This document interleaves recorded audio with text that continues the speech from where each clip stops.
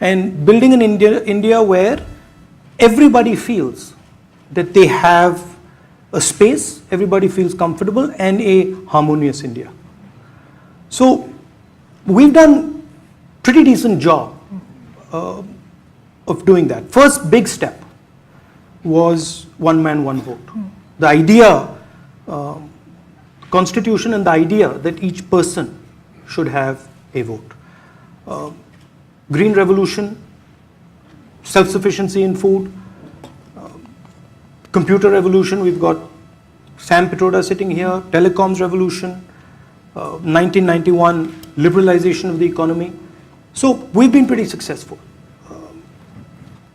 We're one of the fastest growing economies, and all this, we're not a small country. We're one of the biggest countries. So I'd say it's been a decent show. Could always have done better. Thank you. So out of the 70 years of India's sovereignty, the Indian National Congress... Can I just... Yes, sorry, of course. Where we're running into trouble now, right, is the levels of violence, the levels of anger that you're seeing in India. Right. And this, to me, this is central. The idea of India that Gandhiji envisioned was an India where everybody felt they had a home, everybody felt comfortable, regardless of religion, regardless of community, regardless of state. The idea that anybody coming into India, even a foreigner coming into India, felt comfortable in the country. And that is an idea that is now, I'm sorry to say it, but that is an idea that is now being challenged. So my next question is, out of the 70 years of India's sovereignty, the Indian National Congress has formed the government for 49 years. What, according to you, are some of the key achievements that India has achieved since independence, and the key areas we've fallen short in? Maybe it's economic or social, etc.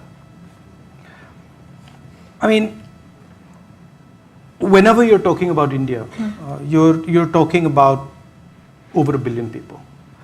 So we've completely transformed over 1 billion people economically.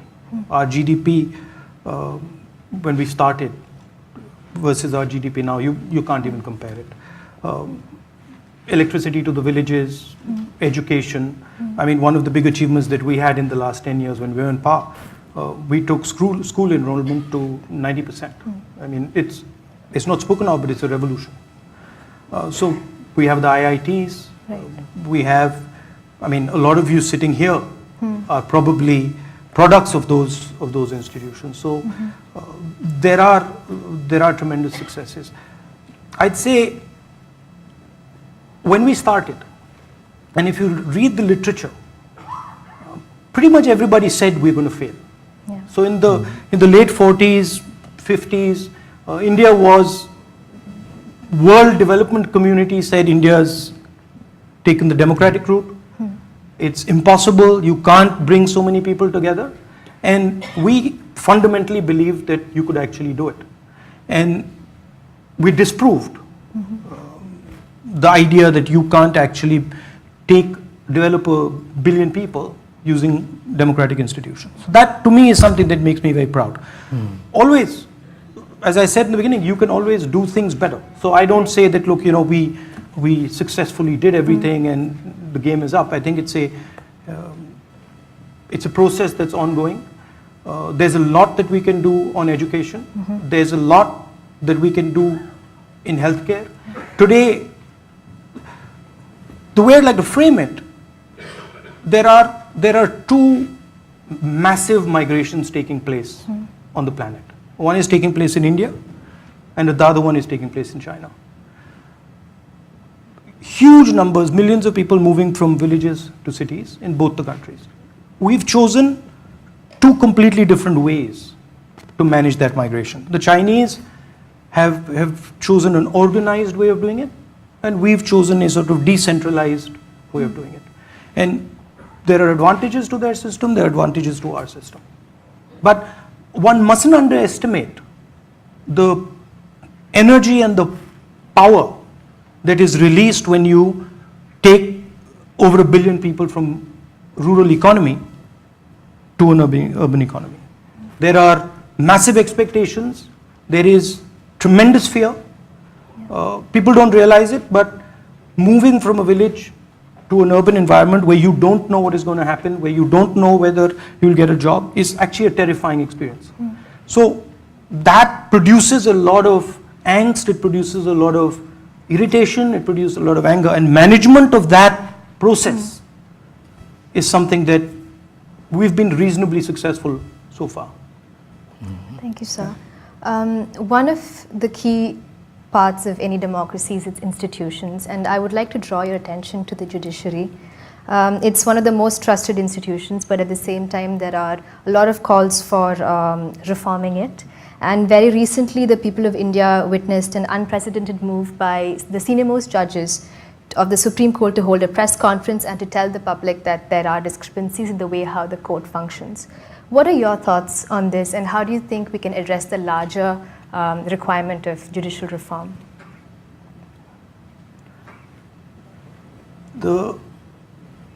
Normally, what I've seen in India is people go to the judiciary for justice. Yeah. And for the first time in my life, I saw 4 Supreme Court judges actually go to the people for justice. Right? So they actually went to the press and said, listen, we need the people to hear our voice because there's something fundamentally wrong. I don't know if you know the details about details about the comments they were making, but at the center of that issue is the case of Mr. Amit Shah, right? So there is a challenge to the institutional structure of our country. There is a particular type of politics which is not only happening in India, it's happening in a number of places, of dividing people, of using anger to win elections, and that's happening in India. When you're moving so many people, there is an expectation, there are aspirations, there is also fear. You can use the expectations and the aspirations positively. You can tell someone, listen, you know what, we're going to make it successful, we're going to make you successful, we're going to get you a job. Or you can tell them, you should hate that person. There are 2 completely different visions, and I'm quite proud to say that our vision is of bringing people together. And it served India. It is actually, in my mind, what makes India strong.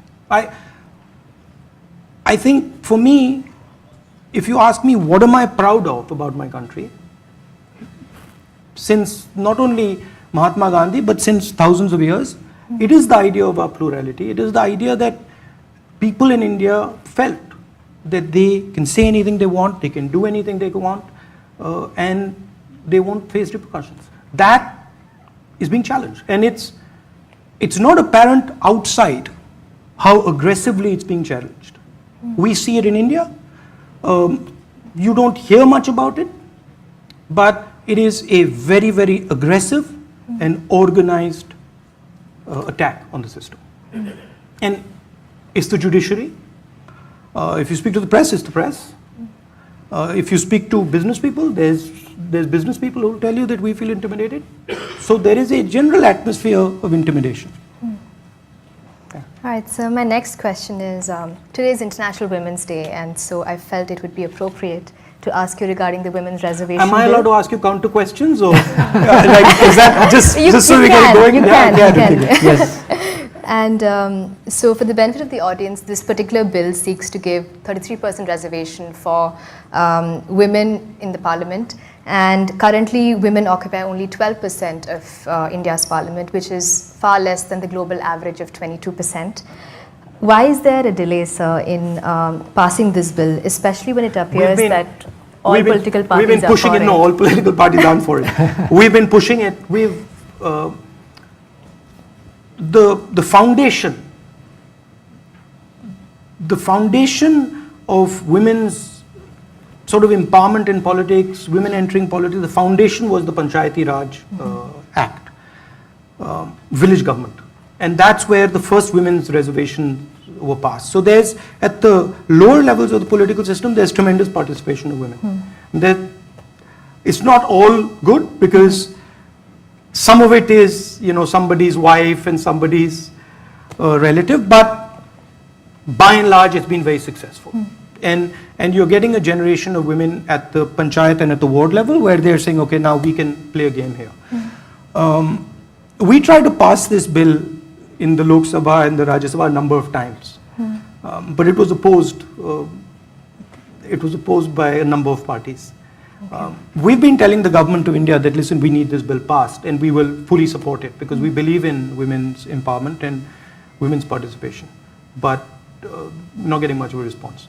But I've told at least the women in the Congress party that we are going to push very aggressively to make this happen in the parliament, and we are doing that. Okay, thank you.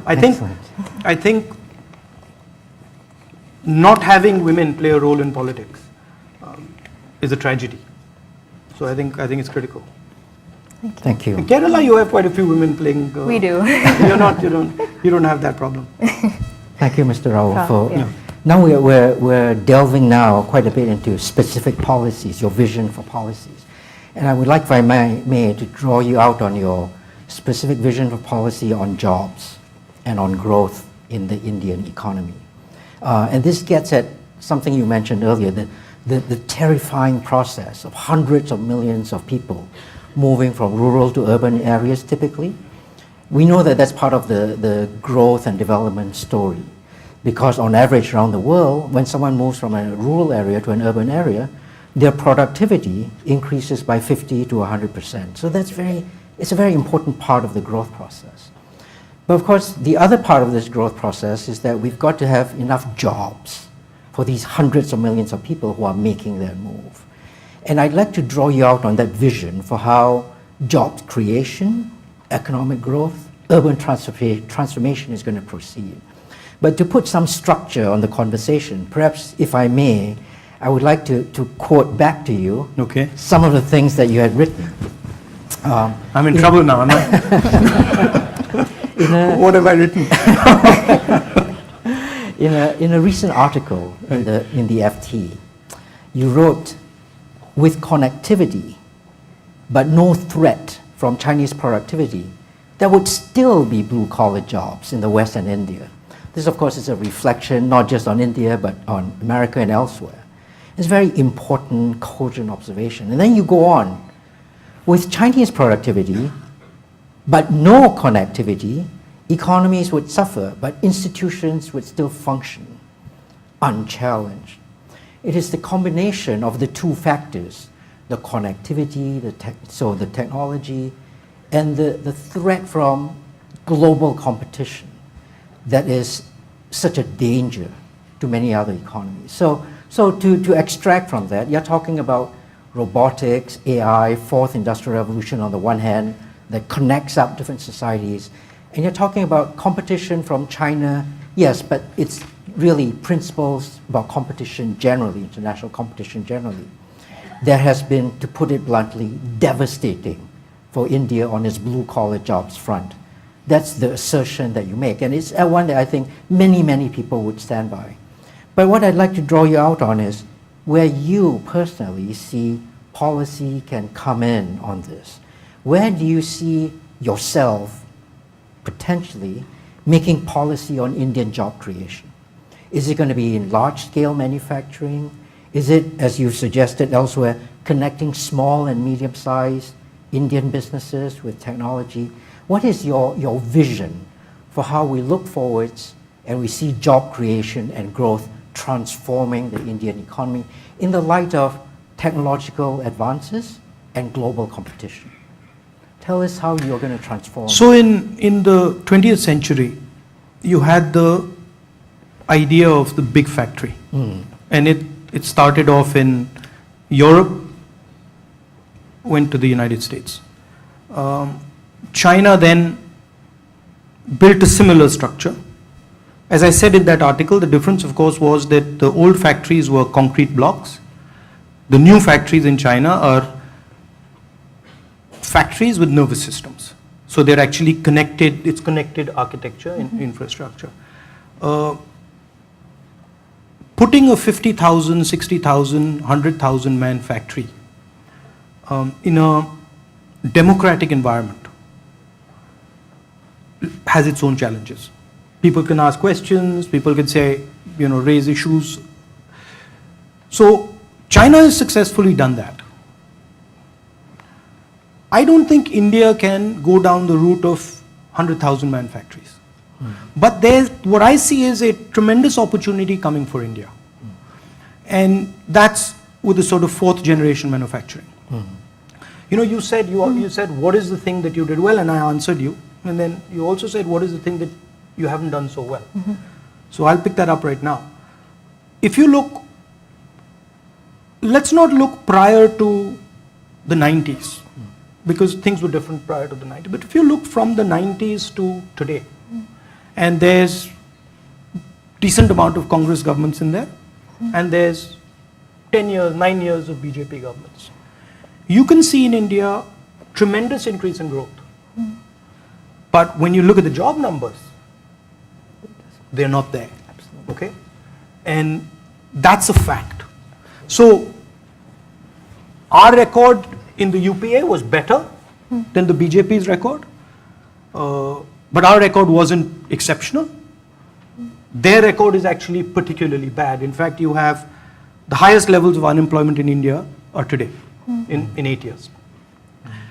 How I see the problem is there is a disconnect between our skill system and finances and technology. So if you go into Indian districts, I travel quite a lot, so I've had that experience. You go to a Moradabad, there is a infrastructure of skills in brass making. You go to Mirzapur, there is an infrastructure of skills for carpet weaving. You go to Tamil Nadu, you can find Sivakasi has a particular skill base. Problem is, policy is not connecting that skill base to technology, to money. And to me, that's an extremely powerful thing to do. If we can take our skills, which are basically old traditional networks, and connect them to finance and to technology, you will get a complete transformation of Indian manufacturing. It won't look like China. It won't look like 50,000 man factories. But it'll be entrepreneur-led, it'll be small and medium business-led, but it'll be transformational. And you'll feel the impact of something like that across the world. It's an exciting vision. And like you say, it's actually a transformative vision for how across the world we think about patterns of growth and development. But everywhere else in the world, the idea is that it is manufacturing, large-scale manufacturing, learning by doing, that gets people on the skills ladder that moves them up. But the vision that you've described for us is one where even in the face of technology, which might have suggested or threatened jobless growth, you have a vision that says that we can circumvent those obstacles. I'm actually viewing technology sort of 3D printing, extremely disruptive to the 50,000 man factory. It's not disruptive to small and medium. So I'm actually seeing a huge opportunity for India if we can connect our skill base to this technology. I'm absolutely certain it'll be transformatory. And will it be information technology, digital technologies? Exactly. It'll be, we've already laid out, and again, sorry, but this is some work that the Congress Party did. We've already laid out a communication infrastructure, right? We've linked all our villages to fiber optic cables. So that network is there. There are only a couple of pieces that need to be put together. It is getting the skilled guys, getting the finance, and bringing the technology in. And I'm 100% sure you will not recognize what happened in India. I want to give you another example. What is the power of some of these networks? I just want to give you an example. Today in India, when we think about training, and we think of the concept of the ITI. Concept of the ITI is basically a training institute. That training institute is completely separated from the actual skill system. Okay? So I'll say something crude, but let's say you want to train barbers and hairdressers. Currently what do? You take your ITI and you say, okay, we're going to get a person who's going to train barbers. The correct way to do it is there is a network of barbers across the country. Millions of them. Go to the barbers and tell them, okay, listen, you start certifying barbers. You start training your barbers. For every barber you train, we will give you a certain amount of money. All that barber has to do is be certified. And you have an explosive system of training people. That's what I mean by connecting the network. So when you think about India, knowledge is trapped in networks. And those networks are not talking to each other. You connect those networks and you have completely transformational growth. That's why telecoms is important. And you can do this. You can do this in healthcare. You can do this in education. You can do this in skills training. You can do this across the board. So I don't buy the idea that India can't challenge and compete with China in manufacturing. I don't buy it. Right? But what I will say is India cannot compete with China in 50,000, 100,000, 200,000 man factories. I think some of these technologies will be pretty disruptive to the Chinese. Absolutely, yeah. Right? And I don't necessarily know how that will play out. But I'm very excited. And I'm excited because a lot of the people here are the types of people who will put this thing together. Excellent. Excellent. I mean, that's a very exciting vision you've laid out for us. And as I said, it's transformative in many ways. Can I press you a little bit? Its logic is so compelling. Why hasn't it happened already? No, there's a reason. It has happened. It has happened. Yeah. So, for example, if you look at the successes, if you look at a Maruti, that's exactly what has happened. Excellent. Right? So to say, I mean, I'm happy you clap, but to say,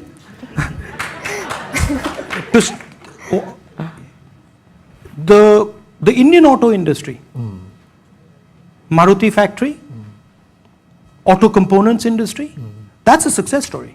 And I can give you success stories. The milk Amul story is a success story. The sugar cooperatives in Maharashtra, success story. Right? And I can name you 10 success stories. But where we can really get aggressive is now in the manufacturing space, because the technology piece is actually an enabler. I see. It wasn't an enabler 20 years ago. 20 years ago, if you wanted to do manufacturing, the only way to do it actually was in these big silos. Okay. I'd like to come back to these maybe at some point, but I also want to make sure we're sitting in Singapore. This is Singapore's year of ASEAN chairmanship. Right. And India plays a hugely important role in the way ASEAN views its economic story. And I know Pallavi has some questions for you on this. So perhaps I could hand over to you, Pallavi. Thank you, Prof. As Prof mentioned, we've seen the kind of strong relationship that ASEAN and India has been having very recently as well. At the same time, there's also talk that a lot of it is just political relations which are very close, and that actually there might not be as much with trade, etc. So what are the key areas that you can envisage for this relationship, maybe in the next 5 or 10 years? I mean, I was with the people from Temasek today. So there is a huge sort of space where they're operating in the investment area. I think culturally, Singapore, I mean, it's a very interesting place because in some ways, there's India, there's China, and then there's Singapore. So you're an interesting balance, and you have some of the same problems we have. I mean, I remember talking to Mr. Lee Kuan Yew, and him sort of explaining to me his strategy of housing in Singapore and how you brought together all different communities, into your public housing system. So there's a lot that we share in terms of culture, history. I just went to Subhash Chandra Bose ji's memorial today. So there's a lot that can be done together. I also feel that India has a role, I wouldn't say a responsibility, but I'd say certainly a role where we have to engage much more aggressively with the outside world. We tend to get focused inside. We're a pretty complex country, and every now and then we'll start to look inside and start ignoring what's going on outside. So I think that is something that we should be aggressively doing. Okay. There's a lot of stuff we can do in education. There's a lot of stuff we can do in healthcare with Singapore. There's a lot of stuff we can do in eye care with Singapore. I think if you ask me where the real magic can happen in India, it's healthcare. Interesting. And I think you can't enable some of the healthcare magic in India without connectivity with countries like Singapore. So those would be some of the things. So if I could just But prod you can give me suggestions on that if you as want. well. So recently the government brought out the health insurance scheme, which seeks to give probably the largest health insurance in the world. So what are your thoughts on that? Because if it gets implemented, it's a tremendous... Can I ask you a question now? Yes. How much money did they put in that scheme? The fiscal deficit would go high, that much I know. But how much money have see in politics? If you say, listen, I'm going to give you this, in your budget you got to say, this is how much I'm going to put to give you that. How much have they put? Anybody in the audience know? Zero. I know. I know. Zero. Zero. There is no money. So I mean, if those are the rules we're playing by, tell me which scheme you want. Right. Which one do you want? You want the aeroplane scheme? I give you the aeroplane scheme. You want the rocket scheme? I'll give you the rocket scheme. So when we're talking serious politics, you got to put fuel behind these things. When we say we are going to give the job scheme, Narega, we say here's your Narega scheme and here's 40,000 crores. Right? You can't say that we're going to give you a scheme and then when we say, guys, how much money is there? Sorry, there's no money. So that's what I think about the scheme. However, I do think healthcare is a tremendous opportunity. Healthcare in the 21st century is basically data. Okay, you're going to move from a world of doctors to a world of data. It's like a pilot, right? You had pilots earlier. Now you don't have pilots. They call themselves pilots, but they're basically system managers. The plane is flying itself. They're sitting there because people need to be comfortable that there's a pilot sitting there, right? And the entire thing is managed through GPS, through other communication systems. That's where the world of the doctor is going, right? So what are the important pieces? Diagnostics, records of people, past records of people, DNA. These are the type of things. And on every single one of these, India has a scale that nobody can compare with, except the Chinese. But I'll tell you, this is an interesting thing. Here is where democracy and freedom of ideas is actually on our side.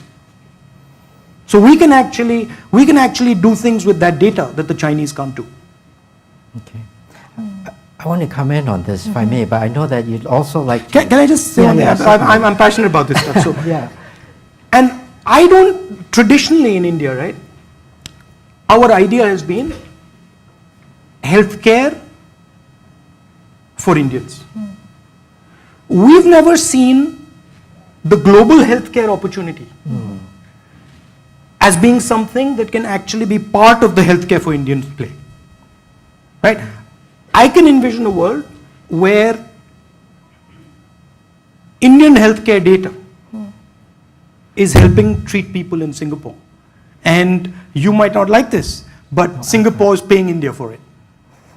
I'm very fine with that. I'm So that's- all for global That's, I mean, you know what I think? I think, for example,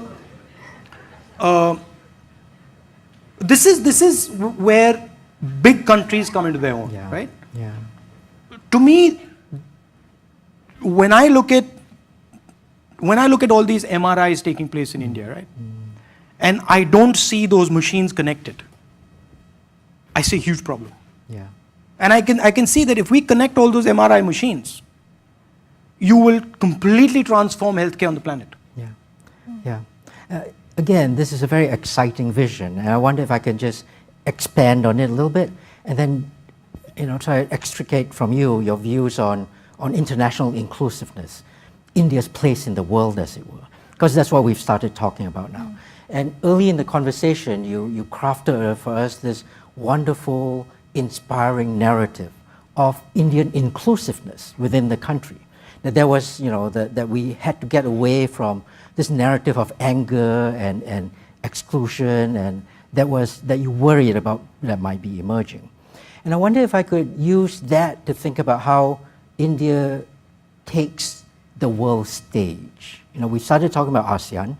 We're talking about extrapolating from it, and you've mentioned consistently China, competition with China. I want to now bring all of that together, if I may. And this might be a little bit, it might make for a little bit of an uncomfortable conversation, but let's have that. No. Okay, It's not. okay, let's do that.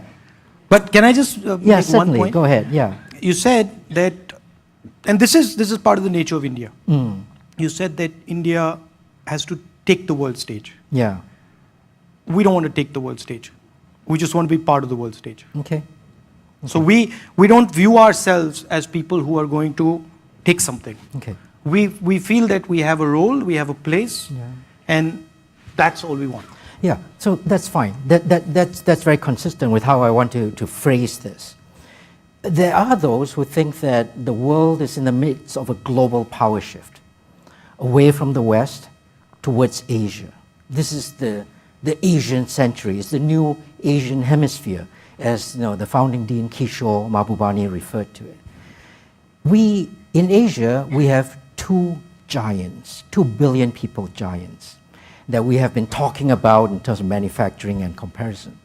How Asia as a whole, including these two giants, responds to these large geopolitical changes will matter hugely for how the world system evolves. Now, in your writings, in your speeches at Berkeley and elsewhere, you very explicitly set India on one side and China on the other. Right? You talk about how India does not have, nor does it want, China's coercive instruments. We do not want our massive factories controlled by fear. We do not want the process of development that China has embarked on, where China's people are not free to speak, to dissent, or to question. That those who do are swiftly and severely punished. Now, I think that when those observations are correct, all thinking people will agree with you. We do not want to tolerate that. But it does not seem to me a good place to begin a process of international collaboration. That we might want to be looking at the good things that we share across countries in Asia. So I want to hear how not India taking the world stage as being the global hegemon, but how you see India in collaborative partnership with ASEAN, with China, on this, in the midst of this geopolitical turmoil. Do you think that, these phrases that I've read about China will sit uneasily with many Chinese people who don't actually recognize it of their society? Nonetheless, it does characterize segments of this.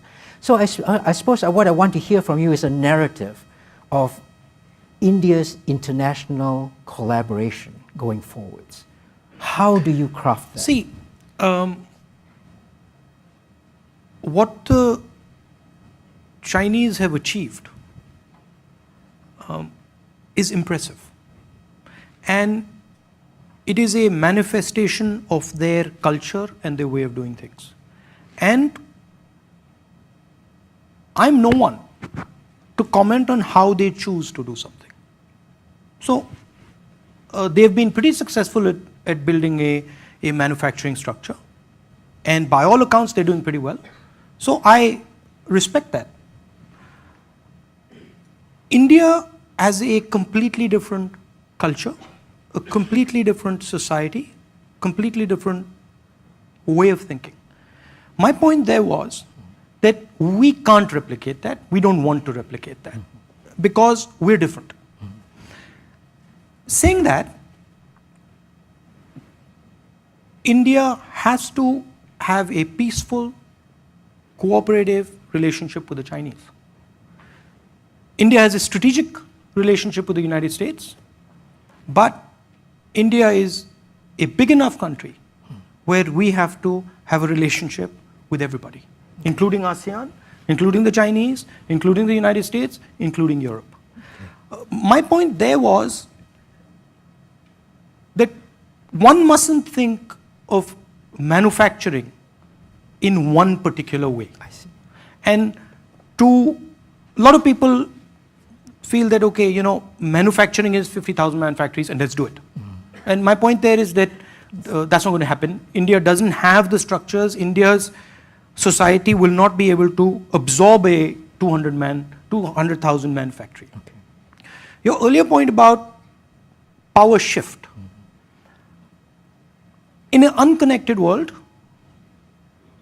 you can say Europe has power, America has power, Japan has power. In a connected world, that's problematic for two reasons. One is everyone's connected. So in a way, your power is my power. It's not very easy to separate, right? And second, because of asymmetry. So you can have people who are very small, but suddenly become very disruptive or very powerful.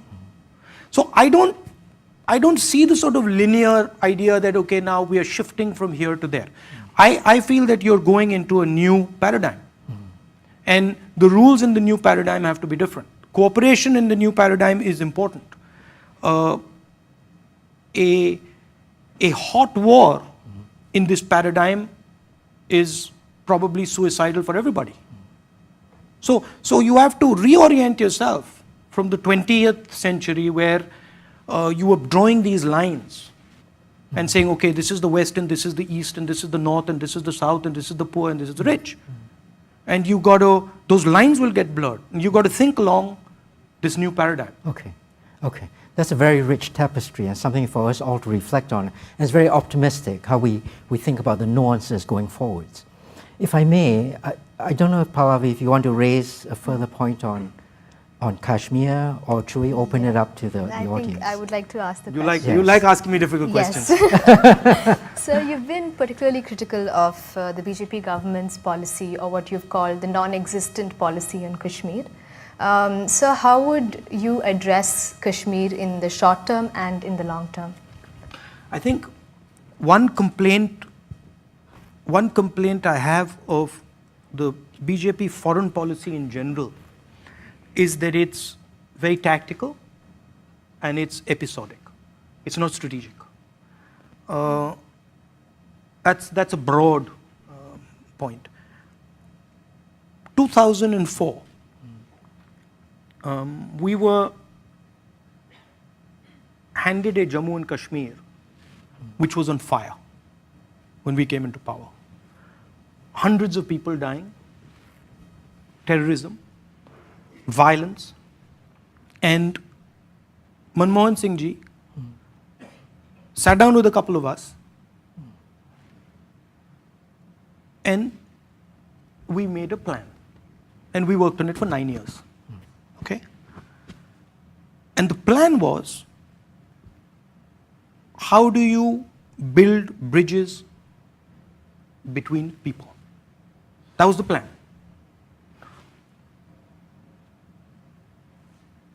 To me, this is one of the biggest achievements of our government.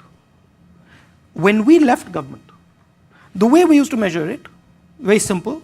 I used to go, others used to go, we used to measure the number of planes landing in Jammu Kashmir, tourist planes, right? And we knew that if we were at 5, that was really bad. If we were 1, it was terrible. If we were at 5, that was bad. We got to 50, right? That means massive amount of tourism coming in by the end of our government. What did we do? We held local body elections, Panchayati Raj elections, where we got thousands of new elected representatives. We connected thousands and thousands of women from Jammu and Kashmir to banks through a self-help group program. We took businesses to Jammu and Kashmir. I took them myself. We took youngsters from Jammu and Kashmir and took them to Bombay, took them to Karnataka, took them to Bangalore and showed them what is going on. And I was surprised at how powerful that thing was. 2012, we had basically destroyed the terrorist movement in Kashmir, finished, right? But let me tell you something. This was not fancy speeches. This was not big talk. This was all, and this was not me alone. This was not the Prime Minister alone. This was hundreds and hundreds of people working quietly, behind the scenes. And in 2014, I went to Jammu and Kashmir, and I felt like crying. Because I saw what a bad political decision can do to years and years and years of work. The BJP made an alliance between them and the PDP, and it just blew the place up. And what it has done is it has opened the door for forces that are against India. And it has created a serious strategic problem for my country. Now, this stuff doesn't run in the papers. This stuff is not what, this doesn't work in bites. But this is the truth. So for me, I've seen the power. I've sat in a room, I'll tell you a story. I've sat in a room with an MLA from Punjab. MLA is a member of assembly, who sat down in the room and he's held his head like this. And I've said, what are you doing? He said, I can't believe what is happening. I said, what? He said, 20 years ago, I was basically a terrorist. And now, I'm sitting here making laws. You engage with people. You bring people in. You trust people. You believe in people. It works. I've seen it. With the harshest of people, I've seen it work. So, it's very easy to pretend that you'll have simple solutions. You won't have simple solutions. Right? But you start to build trust. You start to bring people together. I had a fantastic conversation. I almost cried when I went to Jammu Kashmir. And then 6 months later, I was like, okay, there is hope. So when I went in 2013, I had the people from Jammu come. And they said, you guys have done nothing. Then I had the people from Kashmir come. And they said, you guys have done nothing. So I was like, okay, we've done nothing. And then election happened, lost the election. And then I was like, okay, now the thing is on fire. A year after the election I went, people from Jammu came. And they said, nothing's happening. So I said, what do you mean? They said, nothing's happening. I said, why? They said, because they don't talk to us anymore. Then 5 minutes later, people from Kashmir came. They said, nothing's happening. I said, why? They don't talk to us anymore. I said, so then? Then they said, there's no way but to talk. There's no way but for us to talk, because nothing happens if you don't. So you can divide people, and play this politics. But how is dividing communities going to get you jobs? You explain that to me. If you can give me an explanation, I'll buy it. But if I divide this room, how are we going to build cooperation? How are we going to build a country? So to me, Kashmir, I mean, I like the question because it's at the heart of the problem. You go in, you carry people, you show them affection, you show them love, they will respond every single time. You show them anger, you're nasty, they will respond every single time. So that to me is, that is also the spirit of my country. Okay. Thank you for that. Thank you so much. Thank you so much. Really lovely. Thank you.